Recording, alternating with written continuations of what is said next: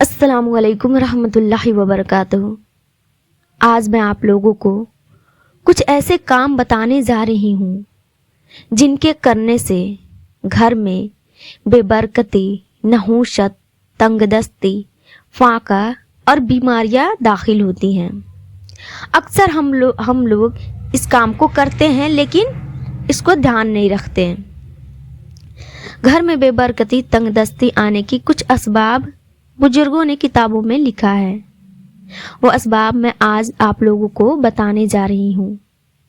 بے برکتی کہتے ہیں کہ کمائی تو بہت زیادہ ہے لیکن خرچے اتنا زیادہ ہیں کہ ہمارے اوپر قرضہ ہی رہتا ہے، خرچے پورے نہیں ہو پاتے۔ اس کو کہا جاتا ہے بے برکتی۔ تو کچھ ایسے کام جن کے بارے میں بزرگوں نے لکھا ہے کہ یہ کام گھر میں نہیں ہونی چاہیے۔ اگر کسی کے گھر میں یہ کام ہوں گے تو اس گھر میں بے برکتی، نحوست، تنگ دستی، فاقہ، بیماریاں آئیں گی۔ وہ کام کون کون سے ہیں آئیے جانتے ہیں۔ سب سے پہلے نمبر 1، قرآن کو بے وضو ہاتھ لگانا، بنا وضو کیے ہی قرآن کو چھونا۔ اس کو بھی بزرگوں نے فاقہ، تنگ دستی اور بیماری کا اسباب میں لکھا ہے۔ نمبر 2، بغیر بسم اللہ پڑھے کھانا، بغیر دعا پڑھے کھانا، اس سے بھی گھر میں بے برکتی داخل ہوتی ہے۔ نمبر 3، کھڑے ہو کر کھانا کھانے سے بھی یہ بھی ہے کہ بزرگوں نے تنگ دستی کے اسباب میں شمار کیا ہے۔ نمبر 4، جوتے پہن کر کھانا، یہ بھی سنت کے خلاف ہے۔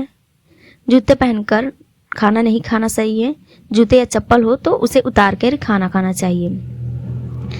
نمبر 5، مہمان کو حقارت سے دیکھنا۔ ہمارے یہاں کوئی مہمان آ جائے تو اسے حقارت سے دیکھتے ہیں اور اسے بوجھ سمجھنے لگتے ہیں اور یہ سوچتے ہیں کہ یہ کیوں آ گئے، ان کی وجہ سے اب خرچے بڑھیں گے، پتہ نہیں کیا کیا سوچنے لگتے ہیں۔ تو مہمان کو حقارت سے دیکھنا یہ بھی گھر میں فاقہ، تنگ دستی اور بیماری کے اسباب میں بزرگوں نے لکھا ہے۔ نمبر 6، بغیر ہاتھ دھوئے ہی کھانا، اس سے بھی گھر میں بے برکتی داخل ہوتی ہے۔ نمبر 7، ننگے سر کھانا، سر ڈھک کر کھانا چاہیے۔ ننگے سر کھانا یہ ادب کے خلاف ہے۔ سلیقہ اور ادب یہ ہے کہ کھانا کھاتے سمے سر کو ڈھک کے رکھنا چاہیے۔ نمبر 8، کھانے کے برتن کو صاف نہ کرنا۔ کھانا تھوڑا سا بچا رہ گیا، تھوڑا سا کھانا ہم چھوڑ دیتے ہیں برتن میں، تو یہ کھانے کا بے ادبی ہے۔ یہ بھی جو ہے نحوست، تنگ دستی، فاقے کے اسباب میں سے بزرگوں نے اس کو بھی شمار کیا ہے۔ نمبر 9، مسجد میں دنیا کی باتیں کرنا۔ نمبر 10، نماز قضا کرنا، بلا وجہ نماز چھوڑ دینا یہ گناہ کبیرہ تو ہے ہی، اور اس کو بزرگوں نے تنگ دستی، فاقے کے اسباب میں شمار کیا ہے۔ نمبر 11، بزرگوں کے آگے چلنا یعنی بڑوں کو بے ادبی کرنا۔ نمبر 12، دروازے پر بیٹھنے کی عادت۔ بعض خواتین دروازے پر بیٹھی رہتی ہیں، دروازے پر بیٹھنے کی عادت نہیں بنانی چاہیے۔ نمبر 13، نامحرم عورتوں کو دیکھنا، غیر محرم اور عورتوں سے بات چیت کرنا، اس کو دیکھنا یعنی نظروں کی حفاظت نہیں کرنا۔ نمبر 14، اولاد کو گالی دینا۔ جس گھر میں اولاد کو گالی دیا جائے اس گھر میں برکت اور رحمت اللہ کی داخل نہیں ہوتی۔ اس کو بھی بزرگوں نے بے برکتی اور نحوست کے اسباب میں شمار کیا ہے۔